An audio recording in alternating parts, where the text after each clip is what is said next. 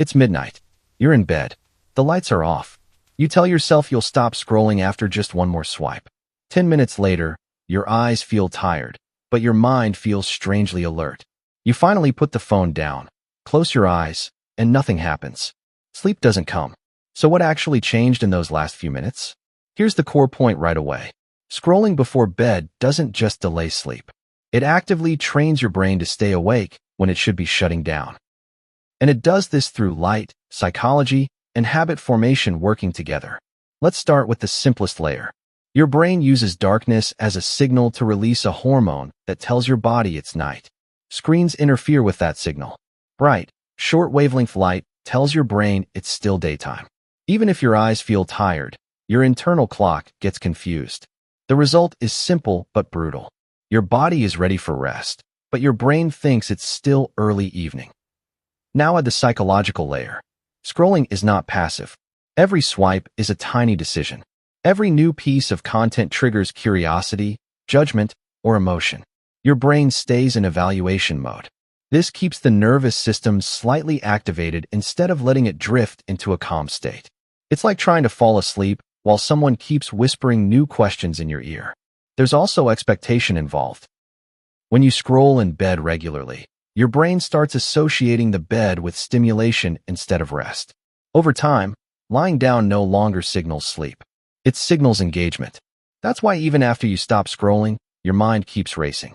You remove the stimulus, but the pattern is still running. The irony is that scrolling feels relaxing. In short term, it is. But relaxation is not the same as sleep readiness. One calms you, the other shuts systems down. Scrolling does the first while blocking the second, and this sets up the deeper effects that show up the next day. The real cost of scrolling before bed isn't just falling asleep later. It's what happens to sleep quality after you do fall asleep. Even when total sleep time looks fine, the structure of sleep quietly changes.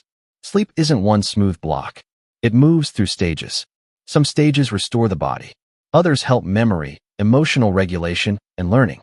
When the brain enters sleep already overstimulated, it spends more time in lighter stages and less time in deeper, more restorative ones. You wake up technically rested, but mentally foggy. That's why mornings after late scrolling often feel heavier than expected. There's also an emotional spillover. Late-night content tends to be unpredictable. Some of it is amusing. Some of it is stressful. Some of it triggers comparison or worry. Your brain doesn't fully resolve those emotions before sleep. They bleed into dreams and affect how the brain processes stress overnight. This is one reason why anxiety feels louder the morning after poor sleep, even if nothing objectively changed. Socially, this habit quietly reshapes evenings. Bedtime used to be a clear boundary between day and night. Scrolling dissolves that boundary. Work thoughts, social pressure, and information all leak into the final moments of the day. Over time, nights stop feeling like recovery and start feeling like a continuation of the day, just in a darker room. Here's the believable part. None of this requires extreme usage. Even small, consistent exposure is enough.